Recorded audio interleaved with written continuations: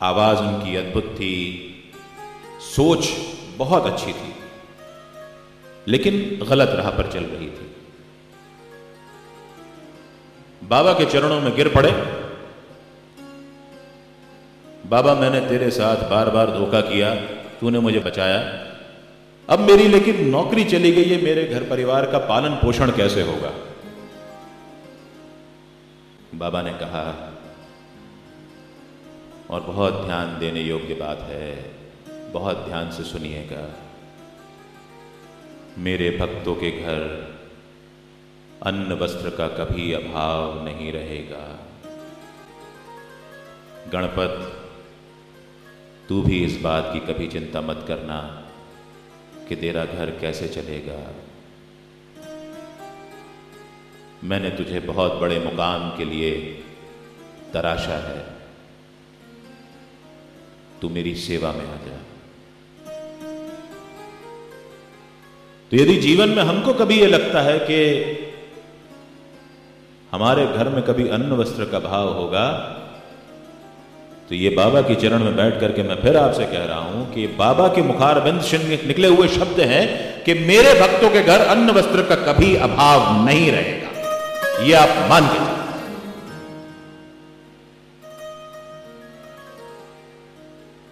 दास गणु, अब उनका नामकरण कर दिया बाबा ने, क्योंकि बाबा की सेवा में लग गए थे तो वो हो गए दास। गणपत से बाबा ने उसको निकनेम कर दिया गणु, तो इस प्रकार से उनका नाम हो गया दास गणु। उन्होंने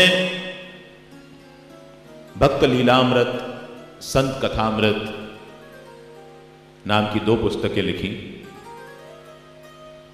संत कथामृत में अध्याय 31, 32 और 33 में बाबा के जीवन का बहुत सुंदर उल्लेख किया है।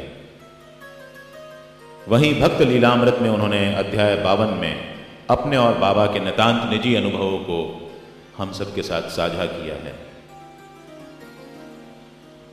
वो एक बार ईशावास्य उपनिषद की व्याख्या कर रहे थे।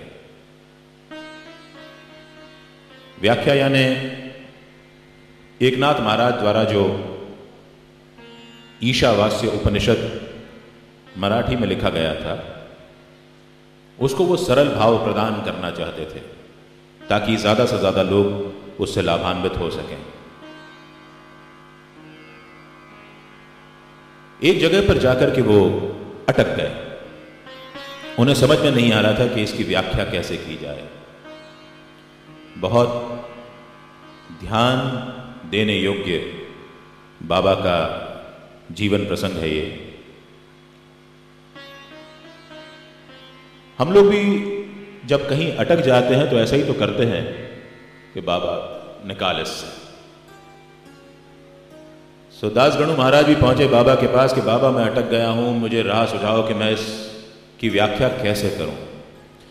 बाबा ने कहा कुछ नहीं करना है, तू मुंबई जा, विले पार्ले में मेरा जो काका दीक्षित है, काका साहेब दीक्षित, उसकी नौकरानी जो है वो तेरी इस समस्या का समाधान कर देगी।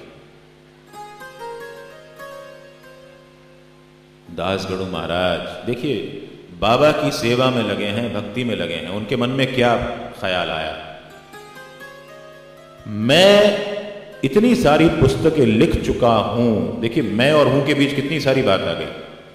मैं इतनी सारी पुस्तकें लिख चुका हूं, और मैं और हूं के बीच डिफरेंस बहुत लंबा आ गया फिर उनका। और एक साधारण सी नौकरानी मुझे सिखाएगी कि उपनिषद की व्याख्या कैसे की जाती।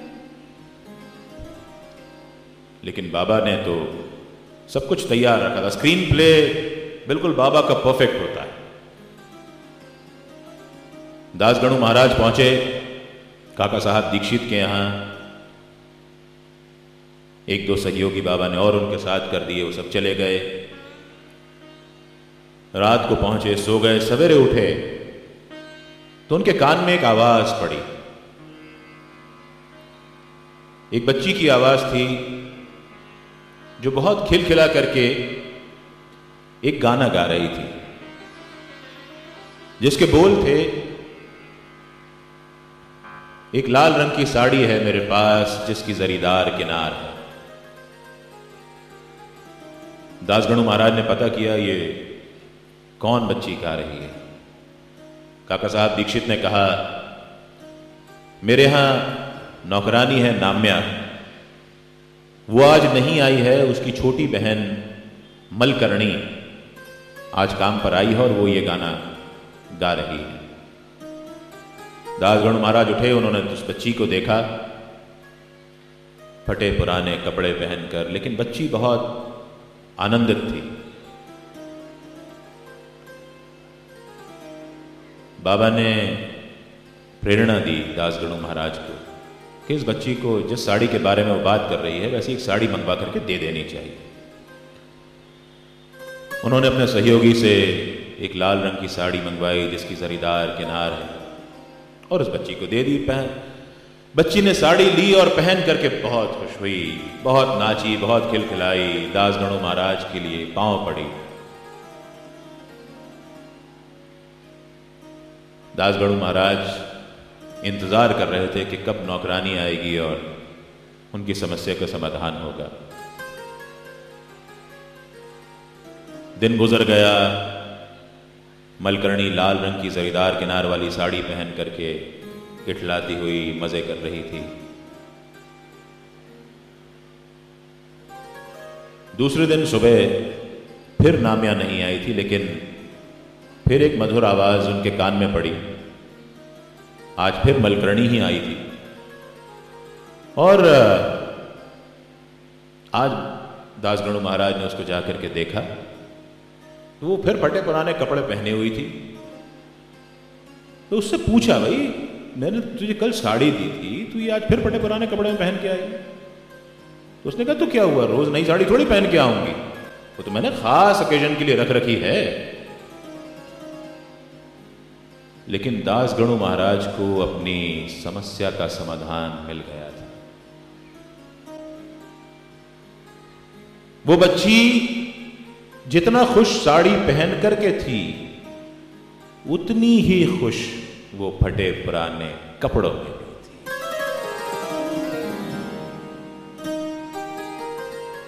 हमारी खुशी किसी चीज की मोहताज नहीं होनी चाहिए। यदि हम किसी चीज के होने से खुश होते हैं तो यदि वो चीज हमारे से छिन गई, हमसे दूर हो गई, चली गई, तो क्या वो हमारे दुख का कारण बन जाएगी? तो फिर कहां गई हमारी भक्ति, साईं में हमारा विश्वास कहां गया, हमारी श्रद्धा कहां चली गई?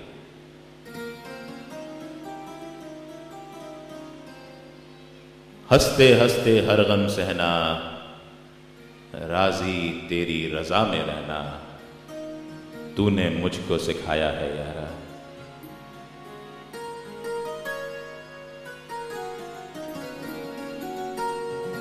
हंसते हंसते हर गम सहना, राज़ी तेरी रज़ा में रहना,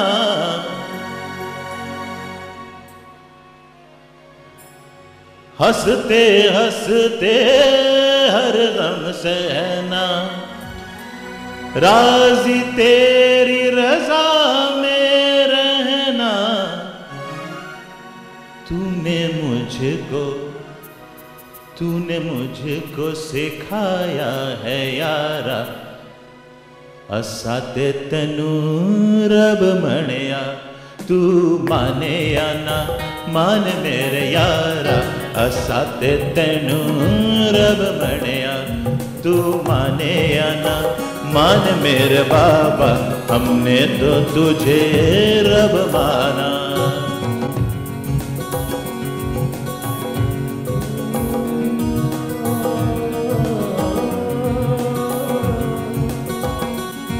साईं हमारे लिए रब है और वो हमको जिस हाल में रखते हैं हमको खुश रहना चाहिए। कहीं कहा अभी तो गया है कि जाही विधि राखे राम, ताही विधि रहिए, सीताराम सीताराम सीताराम कहिए।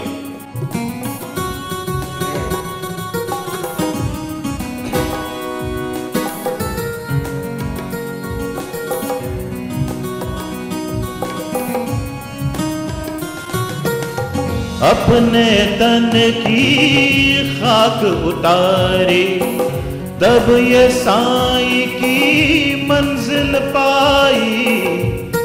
साईं तक पहुंचने के लिए हमें अपने खाक उतारनी पड़ती है। खाक यानी हमारे अंदर वो तमाम बुराइयां जो हैं वो बाबा के चरणों में अर्पित करनी पड़ती है, तभी हमको साईं मिलते हैं। और अगर हम अपनी खाक नहीं उतारेंगे तो साईं हमसे और हम साईं से दूर रहेंगे। अपने तन की खाक उतारी, तब ये साईं की मंजिल पाई। अपने तन की खाक उतारी, तब ये साईं की नेमत पाई। मेरी सांसों का, मेरी सांसों का, क्या बोलता है? मेरी सांसों का, किसी और का नाम हम नहीं ले रहे हैं। मेरे पास जो भी यंत्र है, मेरे मंत्र का, मेरे मन का जो भी यंत्र है, उसमें सिर्फ एक तार है, साईं का तार। मेरी सांसों का बोल एक तारा, हमने तो तुझे रब माना।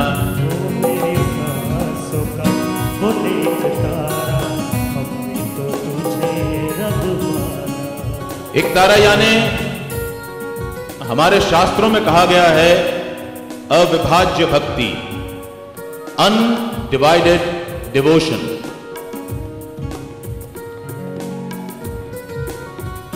दस और केड़ा रब दा दवारा, असत तनु रब मनया।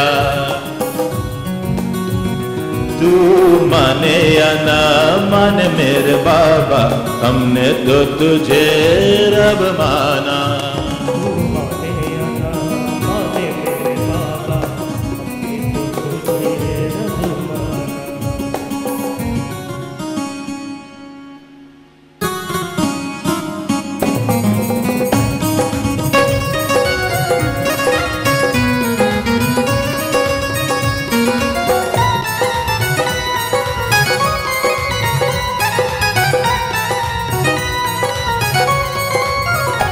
तू माने या ना मान मेरे यारा, हमने तो तुझे रब माना। तू माने या ना मान मेरे यारा, हमने तो तुझे रब माना।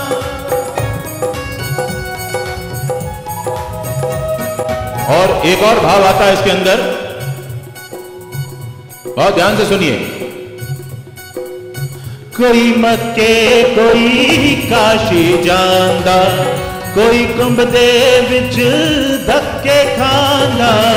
कोई मक्के कोई काशी जांदा, कोई कुंभ दे विच धक्के खांदा। मैंने पाया जग, ओ मैंने पाया जग तुझ विच सारा, असा ते तैनू रब मणिया।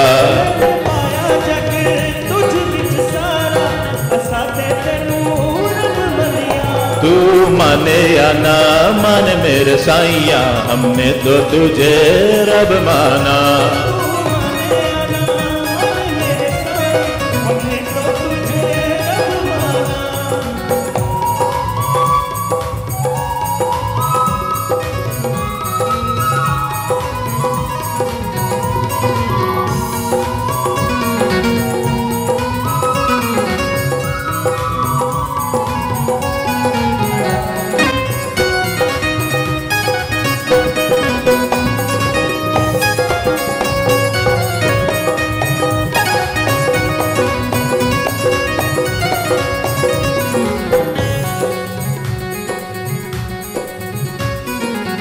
तुझ बिन जीना भी क्या जीना, तेरी चौखट मेरा मदीना। तुझ बिन जीना